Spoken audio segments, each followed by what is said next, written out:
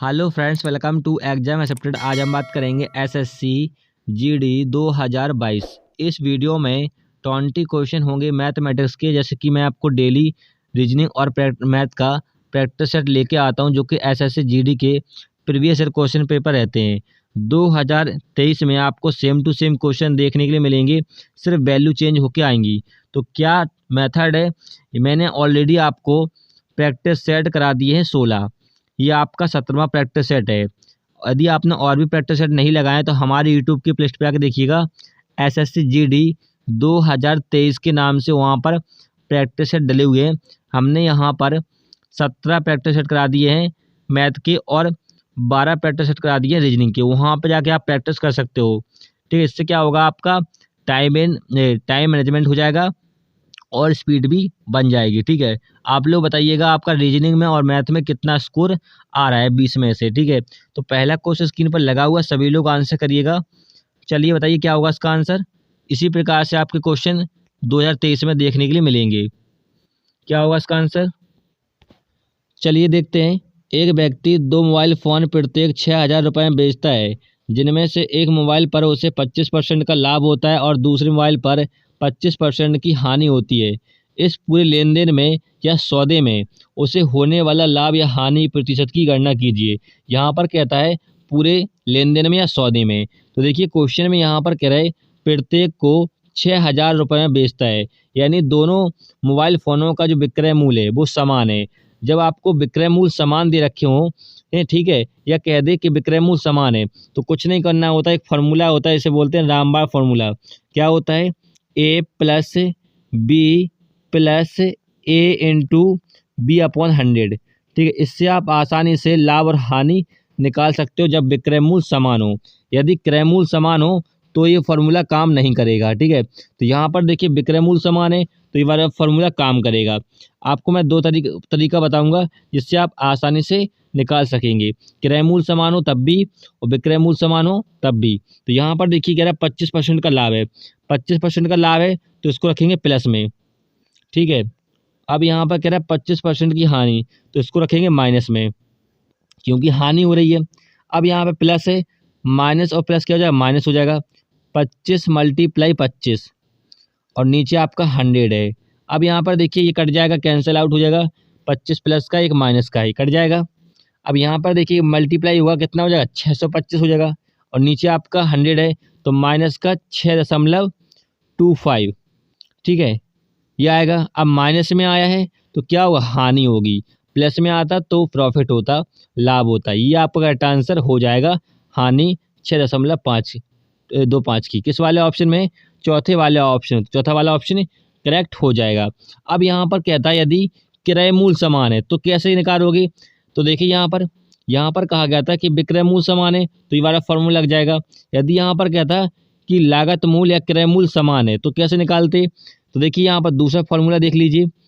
यहाँ पर कहता है यदि क्रय मूल्य समान है, ठीक है, यहाँ पर कहा था विक्रय मूल्य समान है तो ये वाला फॉर्मूला लगेगा। यदि क्रय मूल्य कहता तो यहाँ पर देखिए कह रहा है 25% का लाभ, तो कितना हो जाएगा, ये हो जाएगा 25/100। ऊपर की जो वैल्यू होती है वो होती है आपकी सेलिंग प्राइस और नीचे की वैल्यू क्या होती है, कॉस्ट प्राइस। फिर यहाँ पर कह रहा है 25% की हानि होती है तो ये हो जाएगा आपका 75/100। अब यहाँ पर देखिए आपको दिख रहा है यहाँ पर नीचे का वैल्यू क्या होता है, क्रय मूल्य। यहाँ भी क्रय मूल्य है तो यहाँ पर देखिए ऑलरेडी क्या है, ये समान है। क्या है, 100 और 100 समान है, तो कुछ नहीं करना है, इनको काट दीजिए। ये हो जाएगा 5/4 और यहाँ पे हो जाएगा क्या, 3/4। इनको जोड़ दीजिए तो यहाँ पर कितना हो जाएगा, 8 और यहाँ भी क्या हो जाएगा, 8। ठीक है, तब आपको क्रय मूल्य समान दे रखे हों, यहाँ पर क्रय मूल्य समान कहे और 25% का लाभ हो और 25% का हानि, तो देखिए यहाँ पर सेलिंग प्राइस भी आपका 8 आया है और विक्रय मूल्य समान आया है और यहाँ पर कॉस्ट प्राइस भी समान आया, यानी यहाँ पर आपको लाभ होगा ना हानि होगी जब आपको क्रय मूल्य समान कहे। ठीक है, तो ये होता है यहाँ पर क्रय मूल्य समान का। चलिए अगला क्वेश्चन देखते हैं। अगला क्वेश्चन यहाँ पर कह रहा है 9 पेड़ों का औसत 10 था, जिनमें से पहले 5 पेड़ों का औसत 11 था, अंतिम 5 पेड़ों का औसत 8 है, तो 5वां पेड़ कौन सा होगा। तो देखिए क्वेश्चन में यहाँ पर कह रहा है 9 प्रेरणा का औसत कितना है 10 है, तो मल्टीप्लाई कर दीजिए, कितना हो जाएगा 90। फिर यहाँ पर क्या रहे 5 प्रेरणाओं का औसत कितना है 11, कितना हो जाएगा 55 हो जाएगा। फिर यहाँ पर कह रहे हैं अंतिम 5 प्रेरणाओं का औसत कितना है 8 है, तो कितना हो जाएगा 8 पंच 40। अब यहाँ पे इन दोनों को जोड़ दीजिए, कितना हो जाएगा, ये हो जाएगा 95। अब यहाँ पर देखिए 9 प्रेरणाओं का औसत कितना था 90 था, और यहाँ पर कितना निकला 95।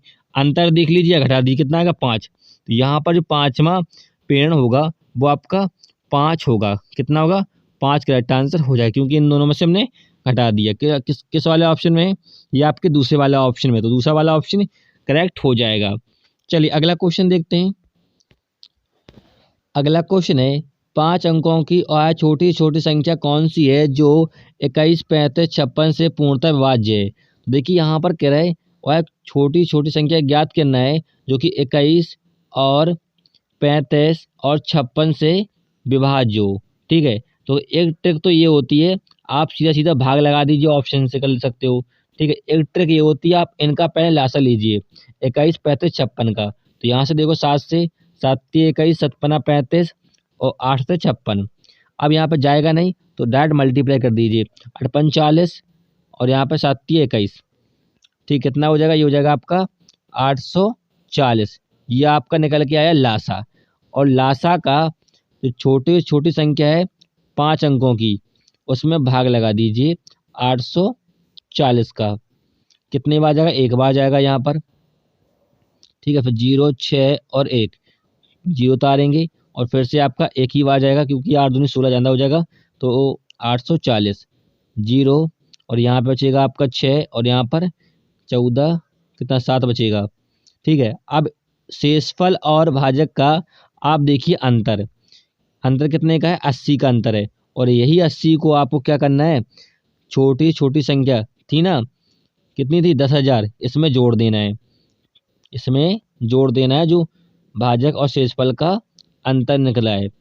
कितना हो जाएगा 10,080 हो जाएगा, जो कि किस वाले ऑप्शन में है, ये आपके चौथे वाला ऑप्शन में है। चौथा वाला ऑप्शन करेक्ट हो जाएगा। चलिए अगला क्वेश्चन देखते हैं। अगला क्वेश्चन है 92 किलोमीटर प्रति घंटा की एक समान चाल से चल रही 180 मीटर लंबी एक ट्रेन उसी दिशा में 74 किलोमीटर प्रति घंटा की समान चाल से चल रही दूसरी ट्रेन को 60 सेकंड में पार करती है, तो दूसरी ट्रेन की लंबाई ज्ञात करना है। तो देखिए एक फॉर्मूला होता है यहाँ पर D बराबर ST, D यहाँ पर डिस्टेंस होता है, S यहाँ पर स्पीड और T यहाँ पर टाइम। अब यहाँ पर क्या रहेगी क्वेश्चन में कि उसी दिशा में, जब दोनों ट्रेन एक ही दिशा में जाती हैं तो उनकी स्पीडें घट जाती है आपस में। तो देखिए यहाँ पर एक ट्रेन की आपको लंबाई दे रखी है, कितनी दे रखी है 180। ठीक है, तो यहाँ पर दूसरी ट्रेन की लंबाई हमें ज्ञात करना है। जब दो ट्रेनें एक ही डायरेक्शन में जाती हैं तो यहाँ पर देखिए पहली ट्रेन की और दूसरी ट्रेन की लंबाई जुड़कर क्या बनती है, टोटल डिस्टेंस बनती है। तो यहाँ पर देखिए अब स्पीड जो है एक ही दिशा में जा रही है, स्पीड घट जाएंगी। तो यहाँ पर देखिए 92 में से 94 स्पीड जो दे रखी दूसरी ट्रेन की, हटा दो, कितना आएगा 18। स्पीड जो निकली है वो कितनी निकली है 18 जो निकली है वो आपकी किस में, किलोमीटर प्रति घंटा में, क्योंकि आपको स्पीड जो दे रखी थी वो किलोमीटर प्रति घंटा में ही दे रखी थी। अब इसको चेंज करेंगे हम मीटर प्रति सेकंड में, और मीटर प्रति सेकंड में चेंज करने के लिए गुणा करते हैं 5/18 का। टाइम यहाँ पर क्या है 60 सेकंड में पार करती है, तो यहाँ पर टाइम कितना है 60 सेकंड। तो यहाँ से देखिए 18 से 18 कैंसिल आउट हो जाएगा और यहाँ पर हो जाएगा 6 पंचे 30।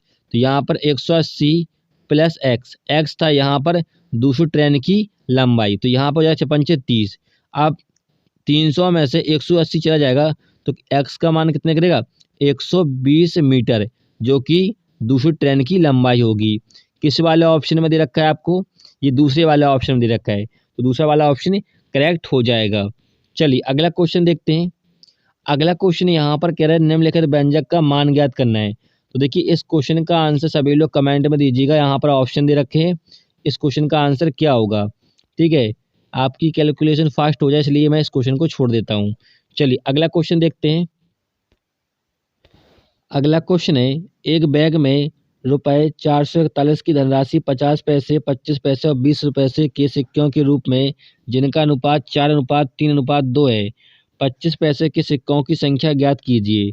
तो देखिए यहाँ पर कह रहा है कि 50 पैसे कितना है, 50 पैसे का सिक्का है और 25 पैसे का सिक्का है और यहाँ पर 20 पैसे का सिक्का है, जो कि आपको 4:3:2 के सिक्के के रूप में है। ये क्या है, ये सिक्के का अनुपात है।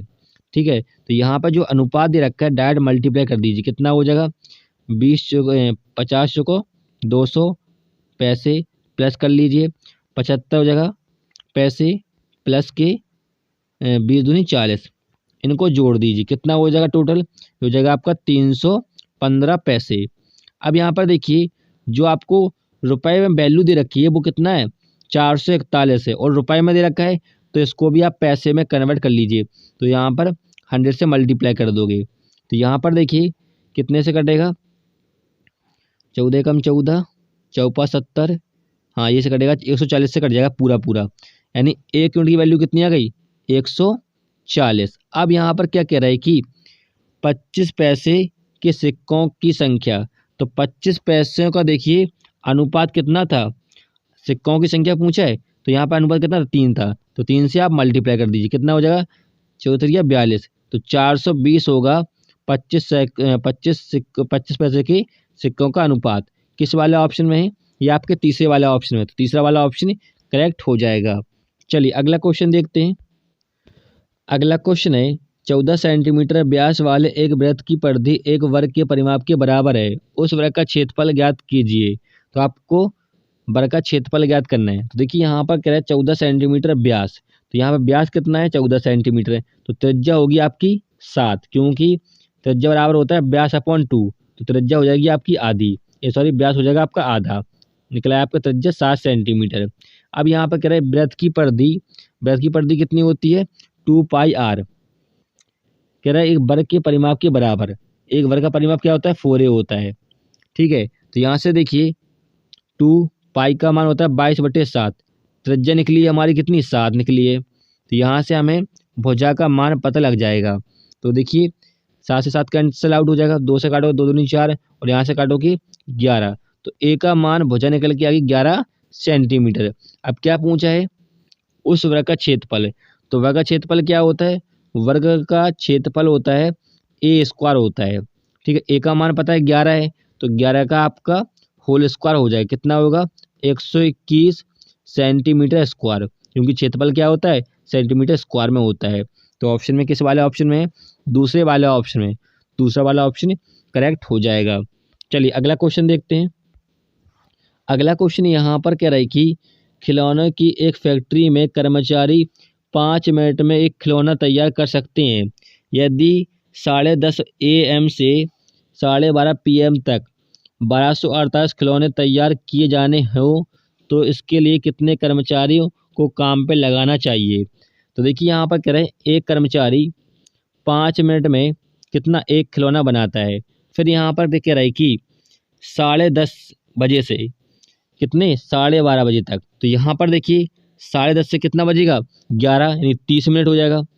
फिर कितना बजे 11 से 12 बजेगा यानी 60 मिनट, और फिर 12 12:30, ठीक है, तो कितना 30, कितना हो गया टोटल मिनट आपका, टोटल मिनट हो गया आपका 120। ठीक है, तो 120 मिनट तक इन्होंने कितने खिलौने बनाए हैं 1248 खिलौने बनाए हैं।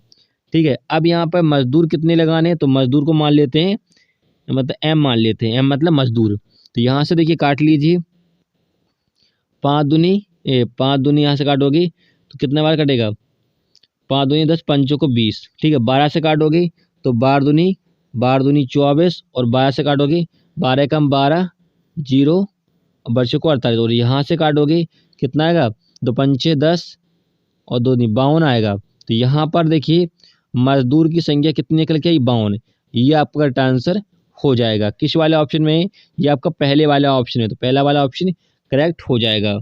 चलिए अगला क्वेश्चन देखते हैं। अगला क्वेश्चन है अम्ल और जल के 2 विलयन ए और बी में अम्ल और जल के अनुपात क्रमशः 7:9, 5:3 है। ए और बी को x और y के अनुपात में मिलाया जाता है? यदि परिणामी विलयन में अम्ल और जल के अनुपात 9:7 है तो XY का अनुपात ज्ञात कीजिए। तो देखिए यहाँ पर कह रहा है कि A और B दो विलयन हैं जिनमें 7:9 और यहाँ पर कितना है 5:3 में मिलाया जाता है। ठीक है, तो यहाँ पर देखिए टोटल यहाँ पर अनुपात कितना है और यहाँ पर कितना है, यहाँ पर 16 है तो ये हो जाएगा आपका 7/16 हो जाएगा यहाँ पर, क्योंकि टोटल यूनिट कितना है 16 है, 9 और 7 16 और यहाँ पर हो जाएगा 9/16। ऐसे ही यहाँ पर ये टोटल कितना है 8 है टोटल, तो ये हो जाएगा 5/8 और यहाँ पर हो जाएगा 3/8। अब यहाँ पर कह रहे हैं X और Y के अनुपात में मिलाया जाता है, तो यहाँ पर देखिए X से मल्टीप्लाई यहाँ पर कर दीजिए और Y से मल्टीप्लाई यहाँ पर कर दीजिए, तो पूरे मल्टीप्लाई होगा। X यहाँ पर हो जाएगा, X यहाँ पर हो जाएगा, Y यहाँ पर हो जाएगा, Y यहाँ पर हो जाएगा। इसको हटा दीजिए, समझाने के लिए लिखा था यहाँ पर हमने। अब यहाँ पर देखिए पहला पद होता है, इनको जोड़ दीजिए और अंतिम पद जोड़ दीजिए। ठीक है, तो यहाँ पर देखिए क्या हो जाएगा 7x/16 और y का क्या पद है, पहला पद क्या है 5y/8 हो जाएगा। और ये अनुपात में होता है तो नीचे भी ले सकते हो बटे में, कोई दिक्कत नहीं होती। तो यहाँ पर हो जाएगा 9x/16 प्लस के 3y प्लस का 8 बराबर जो अनुपात कितना हो जाता है 9:7 हो जाता है। तो देखिए यहाँ पर आपने समझ लिया होगा, इसको मैट देते हैं क्योंकि यहाँ पर बनेगा नहीं, इसको मैट देते हैं। ठीक है, फिर आगे देखिए यहाँ पर इसको सॉल्व करेंगे। देखिए ऊपर आपका कितना है एलसीएम आएगा, ऊपर आएगा आपका 16 एलसीएम आएगा वो हो जाएगा आपका 7x प्लस के 5 दूनी 10y और नीचे ऐसे ही हो जाएगा यहाँ पर 9x प्लस के 6y/16 बराबर हो जाएगा 9/7। तो ये देखिए 16 कट जाएगा और यहाँ पर देखिए क्रॉस मल्टीप्लाई करोगे तो क्या हो जाएगा 17 x प्लस के 70y बराबर, और यहाँ पर करोगे 9×81 कितना 9×81 x प्लस के 6×54y। ठीक है, तो यहाँ पर देखिए x का पद यहाँ ले जाओगे तो क्या हो जाएगा, ये हो जाएगा 32 यहाँ पर लिख लेते हैं 32x बराबर 18 कितना होगा, ये 18 होगा, 54 था, हाँ 54 था तो 16 होगा 16y। देखिए यहाँ से काटोगे 16 32, तो यहाँ पर देखिए x और y का अनुपात निकलेगा आपका कितना 1:2। करेक्ट आंसर हो जाएगा, काट के देख लीजिएगा, कट जाएगा 1:2। किस वाले ऑप्शन में, ये आपका तीसरे वाले ऑप्शन में, तीसरा वाला ऑप्शन करेक्ट हो जाएगा। चलिए अगला क्वेश्चन देखते हैं। अगला क्वेश्चन है एक निश्चित धनराशि पर 8.8% की वार्षिक साधारण ब्याज दर पर 3 सही 3/4 वर्षों में मिश्र धन 12,236 है।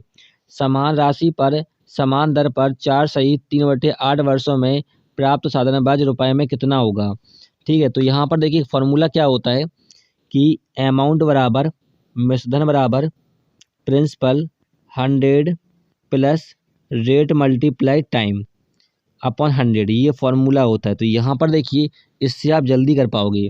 देखिए यहाँ पर मिश्र धन कितना है 12,236, प्रिंसिपल निकालना है हमें यहाँ से। तो देखिए यहाँ पर 100 प्लस रेट परसेंट कितना है 8.8 है और यहाँ पर टाइम कितना है 3 सही 3/4, 15/4। तो यहाँ से देखिए काट लीजिए, दशमलव हटाओगे तो 5 दूनी 10 और नीचे आपका 100 पहले से था फॉर्मूला में, और देखिए 5×15 5 दूनी 10 और यहाँ से काटोगे ये कटेगा 11 बार में, 11×3 33, तो कितना हो जाएगा 12,236 बराबर P 11×3 33 प्लस 100 करोगे कितना हो जाएगा 133/100। तो देखिए ये कटेगा आपका पूरा 92 बार में, गुणा कर दोगे यहाँ पर तो प्रिंसिपल बराबर हो जाएगा आपका 9200। तो यहाँ से देखिए प्रिंसिपल निकला है आपका मूलधन कितना 9200। अब यहाँ पर कह रहा है कि समान राशि पर, तो राशि कितनी है, तो फॉर्मूला क्या होता है SI बराबर PRT/100, PRT/100। देखिए मेरे पास और भी ट्रिक थी लेकिन उससे आपका थोड़ा सा लेंदी हो जाता है, कैलकुलेशन बढ़ जाती है। ठीक है, इसलिए मैंने इस फॉर्मूला से बताया। तो देखिए यहाँ पर हमें सिंपल इंटरेस्ट ज्ञात करना है और यहाँ पर प्रिंसिपल कितना है 9,200। ठीक है, अब यहाँ पर क्या समान दर, दर आपकी उतनी है 8.8। अब यहाँ पर टाइम इन्होंने चेंज कर दिया है, क्या कर दिया है 4 सही 3/8, 8 चौको 32, 35/8। ठीक है, और नीचे आपका फॉर्मूला 100 होता है, तो यहाँ से देखिए कट जाएगा 8 से, और यहाँ से कटेगा आप कितनी बार 1.1, दशमलव हटाओगे तो यहाँ पर 0, 5 से काटोगे 5 7 35, 5 दूनी 10। अब यहाँ पर ये काटोगे तो कितना कटेगा 11 चौको 8 और 2 छक 12। अब यहाँ पे 11 से 70 ऐसा ही बराबर हो जाएगा, बराबर में 77 मल्टीप्लाई 46। अब मल्टीप्लाई कर लीजिए तो यहाँ पे देखिए 742, जो कि आपके 742 करोगे तो आपका जो इकाई का अंक है वो 2 होना चाहिए, जो कि सिर्फ आपके तीसरे वाले ऑप्शन में है, तो तीसरा वाला ऑप्शन करेक्ट हो जाएगा, आपको मल्टीप्लाई करने की ज़रूरत नहीं पड़ेगी। चलिए अगला क्वेश्चन देखते हैं। अगला क्वेश्चन है दो संख्याओं का लघुत्तम समवर्तक यानी एलसीएम उनके महत्तम समवर्तक एचसीएफ का 45 गुना है तथा लघुत्तम समवर्तक एलसीएम महत्तम समवर्तक एचसीएफ का योग 1518 है। यदि उन संख्याओं में से एक को 16 से विभाजित किया जाता है तो भागफल 18 शेषफल 9 प्राप्त होता है, तो दूसरी संख्या क्या होगी। देखिए यहाँ पर कह रहा है कि एलसीएम एचसीएफ का कितना गुना है 45, तो हमने इसको माना x, ये कितना हो जाएगा 45x हो जाएगा। ठीक है, अब यहाँ पर देखिए इनका जो योग है कितना कह रहा है एलसीएम और एचसीएफ का योग कितना है 1518, तो इनके अनुपातों का योग कितना होगा 45x प्लस x करोगे कितना हो जाएगा 46x, और यही प्रेजेंट करेगा 1518 को, जो कि आपको दे रखा है एलसीएम और एचसीएफ का योग। यहाँ से काटोगे कटेगा पूरा पूरा में 33 बार, तो x का मान निकला है 33। ठीक है, और यही x का मान यहाँ पे पुट कर दोगे तो आपका जो एचसीएफ होगा वो 33 निकलेगा, और यहाँ पे आपका जो एलसीएम निकलेगा 45 मल्टीप्लाई 33 कर दीजिएगा, वो आपका एलसीएम निकल आ जाएगा। लेकिन आपसे क्या पूछा है दूसरी संख्या, तो फॉर्मूला आपने पढ़ा होगा पहली संख्या मल्टीप्लाई दूसरी संख्या बराबर क्या होता है एलसीएम मल्टीप्लाई एचसीएफ, यही तो होता है फॉर्मूला। अब यहाँ पर कह रहा है कि उनमें से एक संख्या को 16 से विभाजित करने पर यानी 16 से भाग देने पर भागफल आपका 18 बचता है और शेषफल 9 बचता है। ठीक है, तो ऐसा कीजिए जब आपको ये निकालना हो x निकालना हो तो ये क्या करते हैं भागफल का और यहाँ पर जो भाजक लिखा है इनका मल्टीप्लाई करोगे तो यहाँ पर देखिए 18 मल्टीप्लाई 16 करोगे 8 छंग 48 कितना 10, और यहाँ पर कितना 18 कितना हो जाएगा 8 8 2। ठीक है, ये हो जाएगा। अब यहाँ पर देखिए सही लिखा है 8 छंग 48 4 6 10 और यहाँ पर 18, हाँ सही लिखा है। अब यहाँ पे शेषफल जोड़ दोगे तो कितना हो जाएगा ये हो जाएगा आपका क्या 7 7 9 और 2 297, तो ये निकल के आ गई आपकी संख्या। ठीक है, मल्टीप्लाई दूसरी संख्या। ठीक है, निकालना है। अब यहाँ पे एलसीएम कितना है 45 मल्टीप्लाई 33 है, एचसीएफ कितना है ओनली 33 है, इसको ऐसे रहने देते हैं। अब इसको काटोगे तो ये कटेगा आपका 3 से काटोगे तो 93 27 93 27। ठीक है, और यहाँ से कटेगा 11 बार में, और यहाँ से ये पूरा पूरा कट जाएगा। मल्टीप्लाई कर दोगे तो यहाँ पर हो जाएगा क्या 11 पना 55 5 44 और 49, ये आपका करेक्ट आंसर हो जाएगा। दूसरी संख्या 495 होगी। किस वाले ऑप्शन में है ये आपके हैं दूसरे वाले ऑप्शन है, तो दूसरा वाला ऑप्शन करेक्ट हो जाएगा। चलिए अगला क्वेश्चन देखते हैं। अगला क्वेश्चन यहाँ पर कह रहे यदि किसी संख्या का 62% किसी दूसरी संख्या के 3/5 के बराबर है तो पहली संख्या दूसरी संख्या का अनुपात ज्ञात कीजिए। सिंपल क्वेश्चन है। तो यहाँ पर कह रहा है एक संख्या है हमने माना x का 62% दूसरी संख्या यानी हमने दूसरी संख्या मानी y के 3/5 के बराबर है। तो यहाँ से देखिए काटोगे 5 दूनी 10 0, और यहाँ से 2 से काटोगे 10 हो जाएगा, और यहाँ पे काटोगे 2 से तो 31 हो जाएगा। यहाँ पे मल्टीप्लाई करोगे और y को इधर ले आओगे तो x/y बराबर हो जाएगा 30 बटे और 31 आपका इधर आ जाएगा। 30/31 करेक्ट आंसर हो जाएगा। किस वाले ऑप्शन में? ये आपके तीसरे वाला ऑप्शन में। तीसरा वाला ऑप्शन करेक्ट हो जाएगा। चलिए अगला क्वेश्चन देखते हैं। अगला क्वेश्चन है 4 वर्ष पहले किसी कार्यालय में 45 कर्मचारियों का औसत कितना है? 32 था। इस अवधि के दौरान 3 और व्यक्ति कंपनी में भर्ती हुए और वर्तमान में कंपनी के कर्मचारियों का औसत 37 है, तो 3 नए कर्मचारियों का औसत कितना होगा? तो देखिए यहाँ पर कह रहा है 45 कर्मचारियों का औसत कितना है? 32 है। तो यहाँ पर 45 मल्टीप्लाई कर दोगे 32 करोगे तो यहाँ पर 90, 0, 15 तो ये 15 एक हासिल, 12 एक 13, तो यहाँ पर हो जाएगा 0, 1440। ठीक है। अब यहाँ पर कह रहा है 4 वर्ष पहले, 4 वर्ष पहले था ना, तो व्यक्ति कितने थे? 45। तो 45 मल्टीप्लाई 4 और करोगे यहाँ पर कितना हो जाएगा? 5 को 20, 2, 16, 18 और 180 को और इसमें ऐड करोगे। क्यों करोगे? क्योंकि यहाँ पर 4 वर्ष पहले कहा गया। जितने व्यक्ति होते हैं उतने क्या करते हैं? उतने मल्टीप्लाई करते हैं या जोड़ते हैं। तो यहाँ पर देखिए कितना हो जाएगा?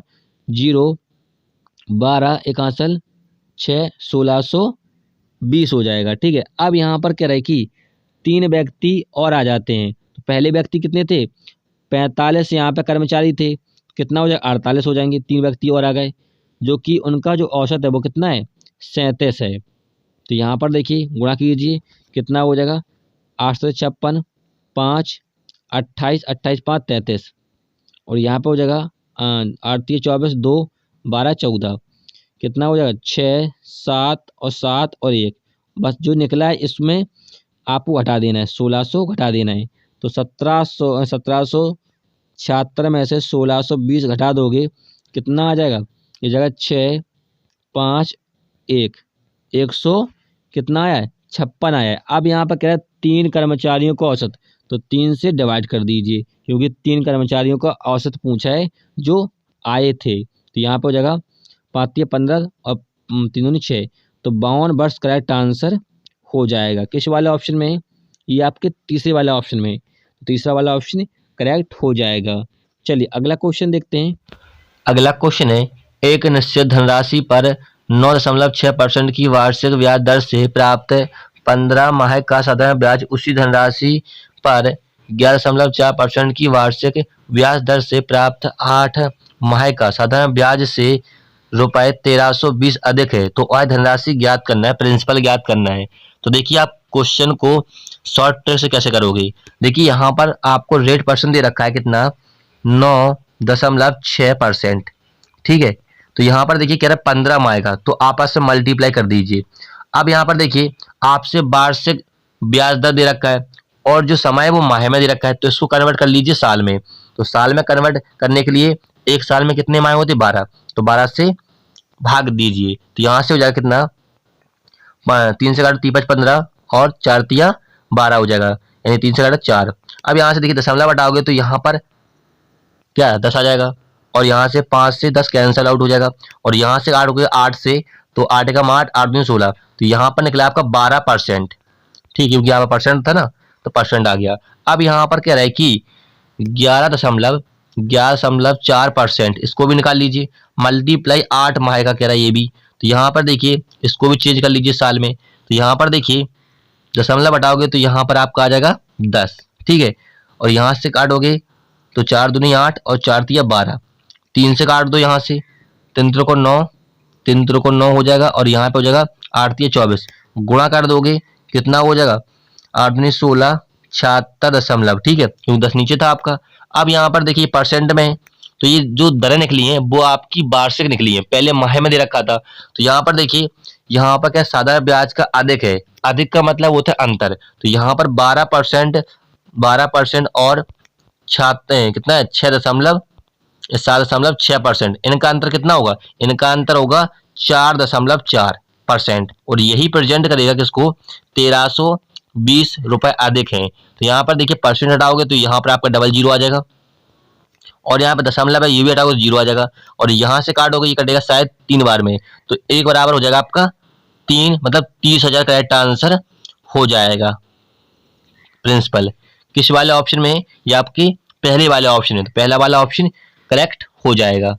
ठीक है, चलिए फ्रेंड्स अगला क्वेश्चन देखते हैं। अगला क्वेश्चन है, एक खुदरा व्यापारी 850 रुपये में एक ट्रैक सूट खरीदता है, उसका ऊपरी ओवरहेड खर्च 50 रुपये, यदि वह ट्रैक सूट को 1170 रुपये में बेचता है तो उसका लाभ प्रतिशत क्या होगा।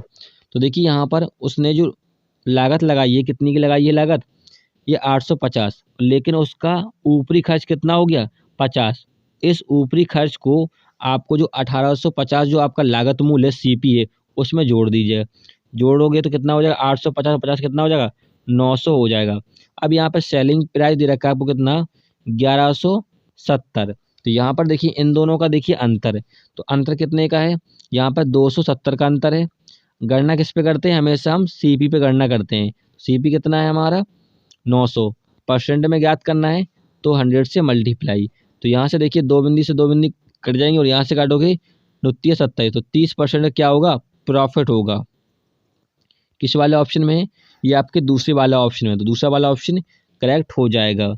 चलिए अगला क्वेश्चन देखते हैं कि 39,000 की धनराशि को ABC के रूप में इस प्रकार विभाजित किया जाता है कि ए का हिस्सा बी के हिस्से का 1/3 और बी को सी से 20% अधिक धनराशि मिलती है, तो ए का हिस्सा ज्ञात कीजिए। तो यहाँ पर कह रहे हैं ए का हिस्सा बी के हिस्से से कितना है 1/3 है, 1/3 है, तो बी को आप इधर ले आओगे तो यहाँ पर A/B का 1/3 निकला है। फिर यहाँ पर कह रहे बी को सी से 20% अधिक मिलता है, तो यहाँ पर अधिक मिल रहा है, तो ये यहाँ से काटोगे ये हो जाएगा 6:5। तो यहाँ पर देखिए AB का अनुपात निकल के आ गया और BC का अनुपात निकल के आ गया, तो यहाँ से निकाल लेंगे हम क्या A/B/C। तो देखिए AB का कितना है, AB का अनुपात आपका है कितना है 1:3 है और BC का अनुपात दे रखा है आपको 6:5 जो कि हमने निकाला है। तो यहाँ से देखिए कितना हो जाएगा 6 कम 6 चित्ती 18 और 5 15, ये आपका निकल के आ गया ABC का अनुपात। ठीक है, तो इन तीनों के अनुपात को जोड़ दीजिए, कितना हो जाएगा 39 हो जाएगा, जो कि धनराशि दे रखी है आपको कितना 39,000 दे रखी है। तो 1 यूनिट की वैल्यू कितनी होगी, 1 यूनिट की वैल्यू होगी 1000। अब हमसे क्या पूछा है, ए का धनराशि पूछा है, तो ए का यहाँ पर देखिए अनुपात कितना है 6, तो 6 से मल्टीप्लाई कर दोगे तो 6000 ए की धनराशि होगी। किस वाला ऑप्शन में है, ये आपके पहले वाला ऑप्शन है, तो पहला वाला ऑप्शन करेक्ट हो जाएगा। चलिए अगला क्वेश्चन देखते हैं। अगला क्वेश्चन है, एक दुकानदार 5500 रुपये में एक कंप्यूटर टेबल खरीदता है, यदि 10% की छूट देने के बाद भी दुकानदार को 1070 रुपये का लाभ प्राप्त करना होता है तो कंप्यूटर टेबल का अंकित मूल्य कितना होगा। तो देखिए यहाँ पर कह रहा है कि एक वस्तु का या कह सकते हो कंप्यूटर टेबल का सीपी कितना है, सीपी आपका है 5500 रुपये। अब यहाँ पे प्रॉफिट कितने का हुआ है, प्रॉफिट हुआ है कितने का, प्रॉफिट हुआ है आपका कितना 1070 का।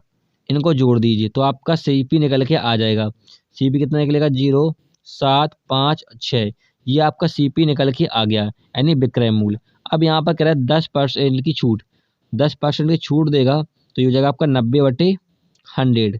ऊपर का वैल्यू होता है आपका सेलिंग प्राइस और नीचे का वैल्यू होता है कॉस्ट प्राइस। अब यहाँ पर क्वेश्चन में आपको देखिए विक्रय मूल्य निकल के आ गया कितना 6570, तो 90% करेगा 6570 को। ठीक है, तो यहाँ से देखिए 0 से 0 काट दीजिए, 9 से काटोगे 9 7 63 और 3 27। ठीक है, तो यहाँ पे भाग दीजिए, तो यहाँ पर जो ये MRP होगा आपका, CP नहीं होगा क्योंकि MRP कहा है। ठीक है, तो यहाँ पे गुणा कर दोगे तो MRP बराबर हो जाएगा 7300 रुपये।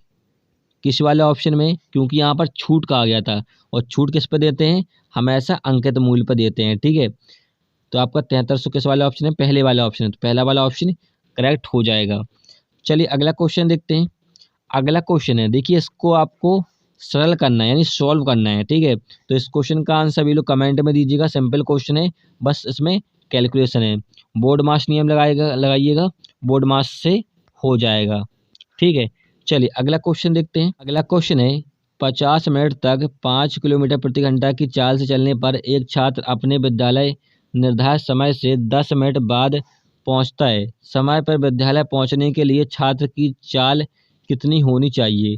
तो यहाँ पर फॉर्मूला मैंने आपको बताया था, डी बराबर एस टी। डी यहाँ पर डिस्टेंस होता है, एस यहाँ पर स्पीड और टी यहाँ पर टाइम। तो देखिए यहाँ से निकालोगे आप दूरी, तो यहाँ पर डिस्टेंस निकालोगे, स्पीड कितनी है 5 है, टाइम कितना है 50 है, लेकिन आपको टाइम जो है वो आपको मिनट में दे रखा है, तो इसको करोगे घंटे में चेंज, और घंटे में चेंज करने के लिए क्या करते हैं 60 से भाग देते हैं। तो यहाँ से देखिए 0 से 0 कट जाएगा और यहाँ पे हो जाएगा 25/6 किलोमीटर। इसको ऐसे लेने देते हैं, ठीक है, फ्रैक्शन में लिखा हुआ है 25/6 डिस्टेंस निकली है किलोमीटर। अब यहाँ पर कह रहे 10 मिनट बाद पहुँचता है, समय पर विद्यालय पहुँचने के लिए।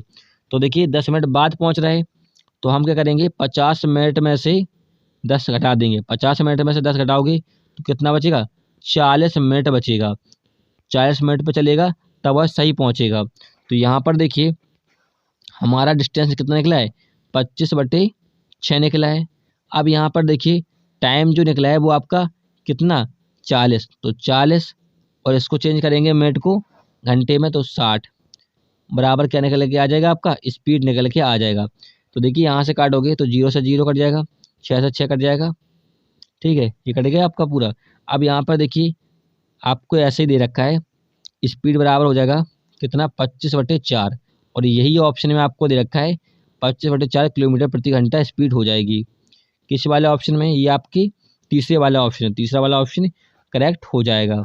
ये देखिए फार्मूला में ये फार्मूला लिखा था, इस पर पुटअप किया है क्योंकि हमारा डिस्टेंस निकल आई, ये निकल के आ गई थी, ठीक है। टाइम जो था हमें सही समय पहुंचना है, तो 40 यहाँ पर हमने किया ये वाला, और 40 मिनट में इसको घंटे में चेंज करेंगे तो 60 से डिवाइड करते हैं। चलिए अगला क्वेश्चन देखते हैं। अगला क्वेश्चन है यदि एक बेलन और एक शंकु की आधार की त्रिज्या का अनुपात 1:2 है और उनकी ऊंचाइयों का अनुपात 2:1 है, तो बेलन के और शंकु के आयतनों का अनुपात ज्ञात कीजिए। तो देखिए बेलन का अनुपात क्या बेलन का आयतन क्या होता है? बेलन का आयतन होता है πr²h, और शंकु का आयतन क्या होता है 1/3 πr²h, यही तो होता है। तो देखिए पाई से पाई कैंसिल कर दीजिए क्योंकि इसका मतलब नहीं है, हमें त्रिज्या ऊंचाई दे रखी है। तो यहाँ पर देखिए बेलन की त्रिज्या का अनुपात कितना 1 है, और 1 का स्क्वायर 1 ही होगा। ऊंचाई कितनी है बेलन की 2 है, तो 2 से मल्टीप्लाई, और यहाँ पर 1/3। अब यहाँ पर देखिए शंकु का यहाँ पर त्रिज्या कितनी है 2 है, तो 2 का स्क्वायर कितना होगा 4 होगा, और ऊंचाई 1 ही है। तो यहाँ पर देखिए ये कटेगा 2 दूनी 4 और 3 इधर चला जाएगा, तो 3:2 करेक्ट आंसर हो जाएगा। किस वाले ऑप्शन में है? ये आपका तीसरे वाला ऑप्शन में, तीसरा वाला ऑप्शन करेक्ट हो जाएगा। चलिए फ्रेंड्स हमने यहाँ पर 20 क्वेश्चन सॉल्व कर लिए हैं जो कि प्रीवियस ईयर क्वेश्चन पेपर थे SSC GD के। वीडियो हेल्पफुल लगे तब उसे लाइक कीजिएगा। फिर मिलेंगे नेक्स्ट वीडियो में। जय हिंद।